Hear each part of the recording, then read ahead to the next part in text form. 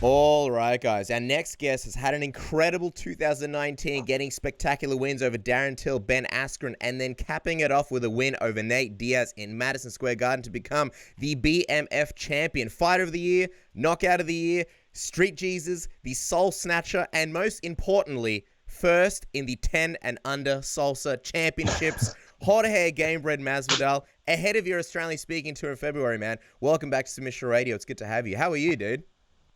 Great fucking introduction, man. That was whoa. Did we cover everything? That was a good one.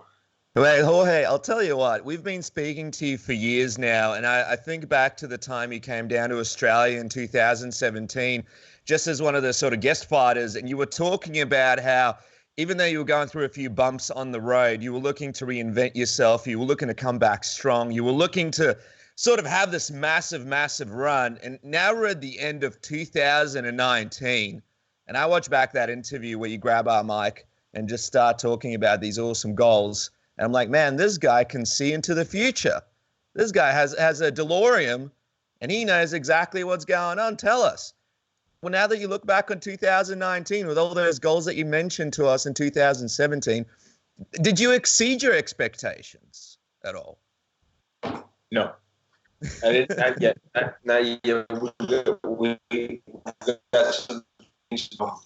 I can see into the future. You are right about that. 2020 will be way more violent than 2019. So I got a big task at hand. I want to compete at the highest level, beat the best, the biggest names, the most money names. Everybody's getting it this year, man. I'm going full auto on everybody that I get my hands on that equals out a paycheck. But 2019 was an awesome year. I got a bunch of awards yesterday. I never gotten one award in my motherfucking life. And I've been sending people to the shadow realm since I was a child. So it was a little bit overwhelming, you know, like, damn, I never gotten shit. And then I got all these awards in one day. It was pretty nuts. But 2019 in the past already, so far in the rear view, I'm just sharpening my tools, man. I'm just getting better every day, trying to be a better person in some aspects that'll make me a better athlete and fucking keep baptizing people, man. That's it. The fans love the baptisms. Obviously, we're going to talk about 2020 and what's in store for you fighting-wise. But before all that happens, you're coming back down here to Australia for your speaking tour. I remember when we chatted it with you in Anaheim, you spoke about how these days, you know, so many people come up to you on the street, and sometimes it's almost a little bit nerving, you know, speaking to so many strangers who, you know, you've never met in your life. And now here you are, going in the deep end. You're going to be talking to strangers for days and days on end, sharing your life story. What made you want to do that and come back to Australia? Well, one, I had a blast in Australia. I had a tremendous time, and that I was with the UFC, I didn't get to do as many things as probably I could have done if I was just there on my own leisure time. So I definitely left with a lot to do, and what I did do, I had a blast. So I wanna definitely have some more fun this time. Get to explore a lot more of Australia, especially the wildlife, the nature, which Australia is known for, and I love it. So I can't wait to get to see that. I didn't get to experience that much the first time, and I'm psyched about that, man.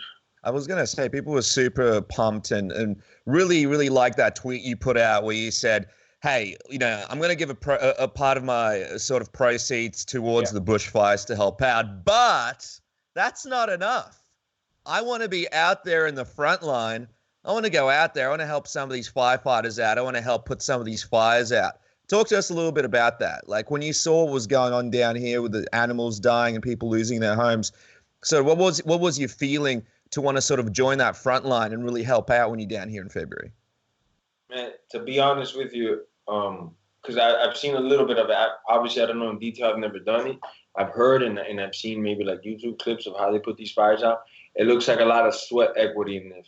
And if I can help somebody's life, somebody's family, somebody's property with some sweat equity and get a work out of it myself, why not, you know? And I'm going to be there anyway, so it just felt like, I don't know, like it was calling to me, like, let's put some fires out and have a fun time doing it. Not that putting fires out is fun. I'm not trying to disrespect firefighters or nothing, but I'm going to make the best out of it while I'm there, you know, and just get after it, you know, if I'm putting fires out, you know. I think that's what people love about you, Jorge. You know, you're a man of the people, and obviously any bit of help is appreciated. By the time you come here, the fires apparently will still be going, man. So it'll be crazy for you to potentially experience that. Assuming all of that goes well, the fires, the speaking tour, and everything. Everybody wants to see you back in the octagon, man. So hypothetically, as far as your return goes, the options are sort of maybe a title fight with Usman, maybe a money fight with Conor McGregor. If you could only have one, which would you say means more to you, Jorge? Winning the title or the payday that would come from a McGregor fight?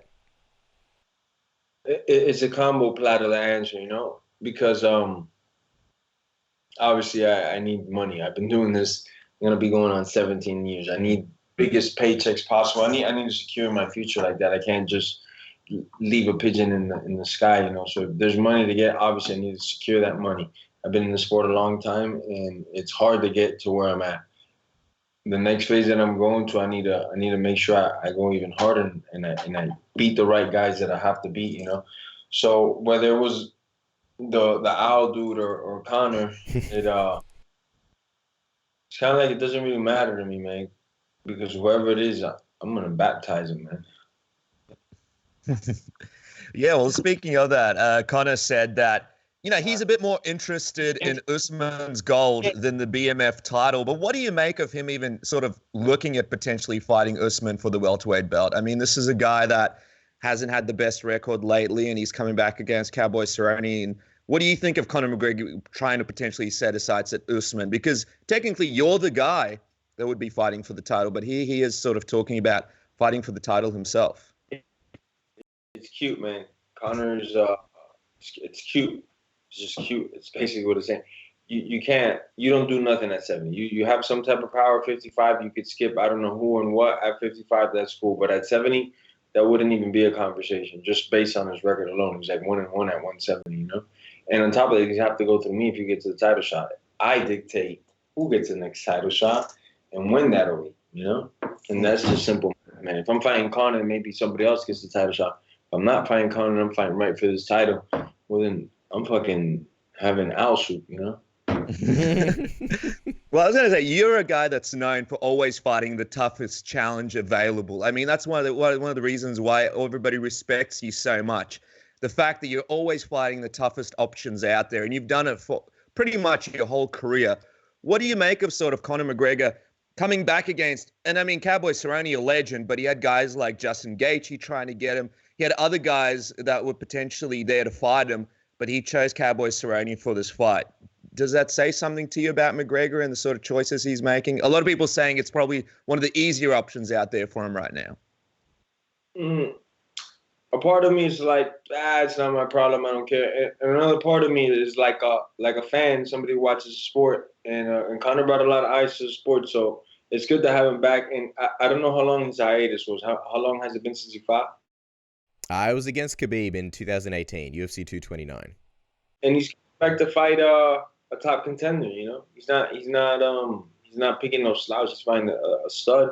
And Cowboy is an older Cowboy, has been through a lot of wars, yeah, but it's still Cowboy. Not only is he a draw, but he's very competitive individual. I think he's like number 6 or 5 in the world right now. So he's definitely no slouch. Were there tougher fights? Of course, there was probably tougher fights, but it's a great fight. I'll be tuning in. I'll be watching.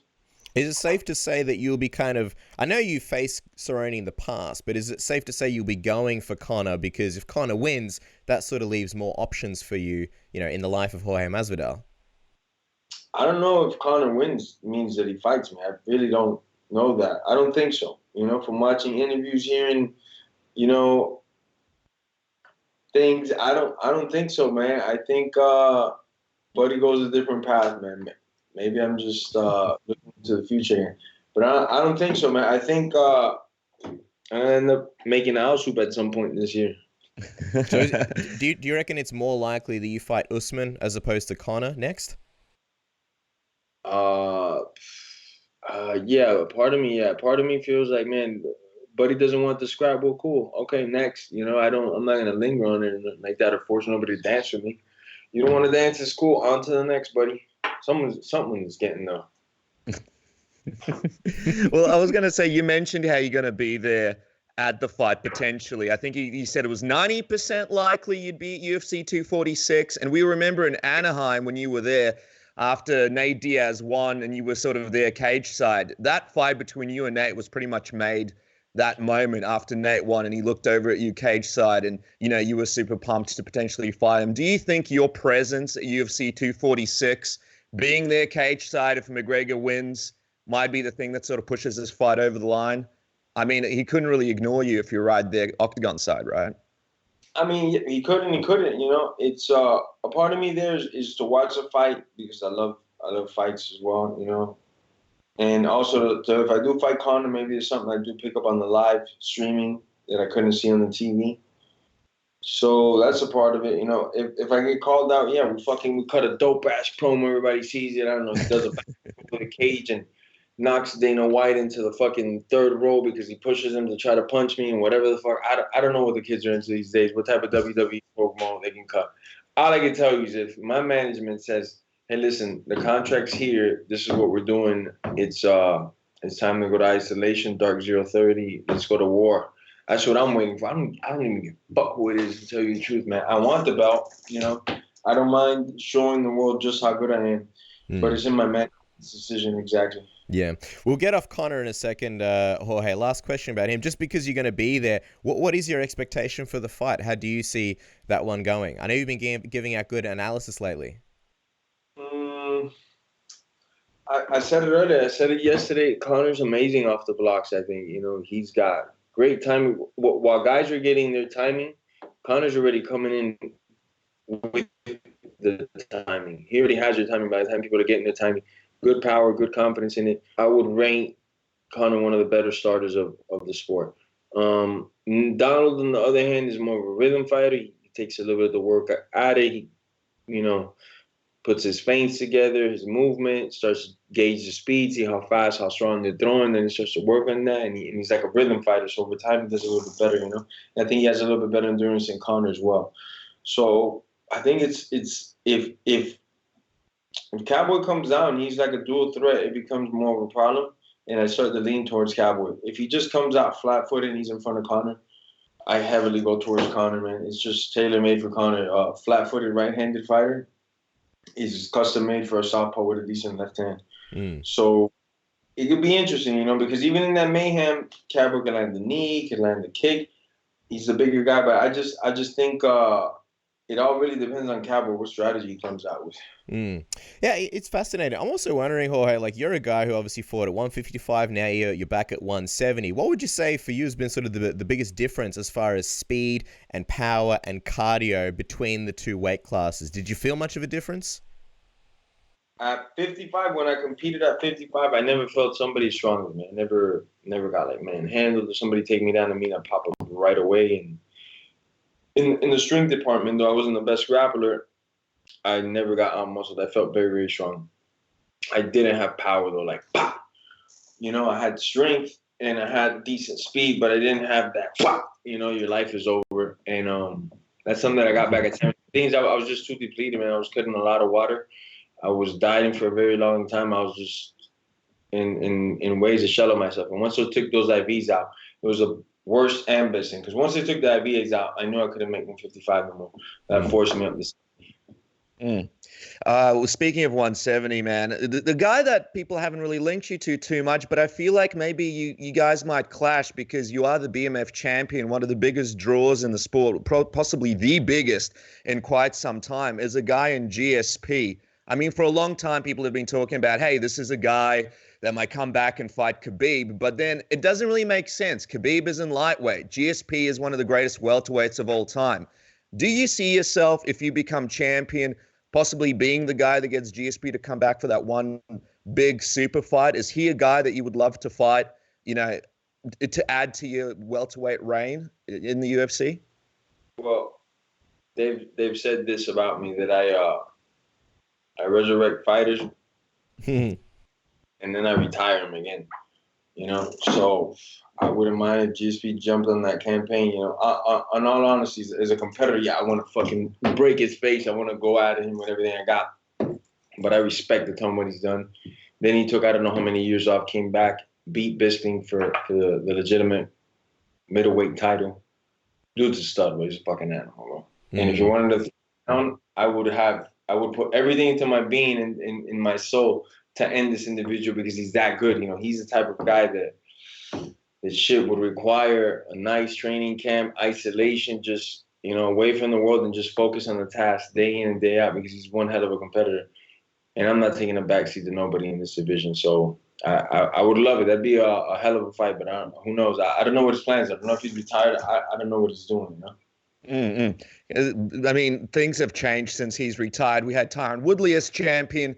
Now, obviously, Usman is champion, the Al guy, as you call him, which is hilarious. Tell me, who do you think is the greatest welterweight champion of all time? I mean, you've got guys like GSP, guys like Matt Hughes in that mix. Where do you think Usman ranks compared to those guys as, you know, greatest? Or you can't compare Usman to like GSP or nothing. Even if he'd be a bad style for GSP or not, which I don't think he is, you couldn't compare him. You know? And then after GSP, because of the sheer volume and stuff, I definitely throw my boy Woodley in there.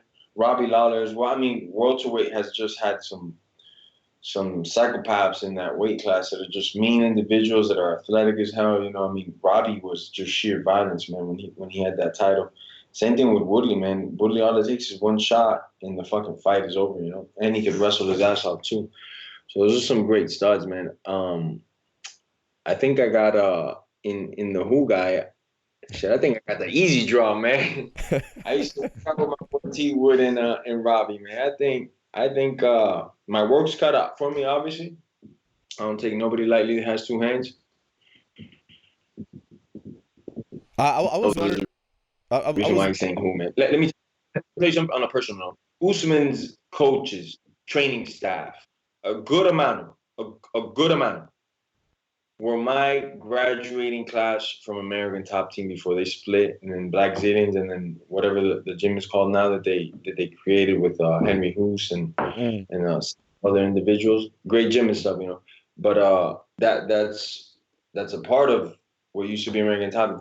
So his coaches know, his training partners know very well who I am, and he knows very well who I am, man. So for him to say Who is kind of like, I know why you're saying Who, man. I know why you're saying Who. The circles ain't that big. We both know what time it's gonna be when we get in there, you know. Did you think it was a bit silly because you're not a nobody. You're fighter of the year. Saying Who doesn't really make much sense. Imagine his training partners and coaches and stuff are telling him exactly who I am. This guy Masvidal, it's not rumors and myths. This guy's really that bad of a motherfucker. They knew, man. I was a hard worker then, and I'm not exaggerating. A lot of the guys that were even in his corner, they know very well who I am and how I operate. And this is my everything, man. How my work ethic is, you know. So Usman knows that who's gonna cost him in the ring, man. So he better go keep asking for that other dude that nobody knows his name that he already beat that's ranked under me. That makes a lot of sense. Yeah, the guy you already beat that's ranked under me, you rather give him the title shot. That dude's bananas, man. But you can't blame him. He wants to hold on to that belt. Do your thing, man. I'm just a bully now. I'm just like being this bully. Conor doesn't want to fight. Usman doesn't want to fight. What am I to do? Poor me. I'll tell you what, man. We can't wait for you to come down to Australia. Last question before we wrap up. I mean, Usman and you have been in some close circles, like you mentioned, same coaches. Have you guys ever trained together in a gym? Have you guys ever done any kind of sparring or any classes or anything before? Or would it be the first time you sort of see him across from you if you guys ever do fight? Don't train with betas, man. So I don't never that in my life. All right, Jorge. Well, we could chat to you forever, but we don't want to be too greedy. We know you have a million other interviews to do as well, so we'll see you next month. For the Jorge Masvidal speaking tour, obviously, guys, go to jorgemasvidal.com.au, get all your tickets. There's dinner parties, there's training sessions, there's live audience Q&As featuring Jorge himself, photo ops. There's plenty of other things. You got Melbourne on the 12th of Feb, Sydney on the 13th, Brisbane on the 15th, Adelaide on the 16th, and Perth on the 18th. Follow them at GameBredFighter and jorgemasvidal.com.au. Jorge, pleasure talking to you, man. We'll see you next month. Thank you for your time. So you said thank you for having me back on, man.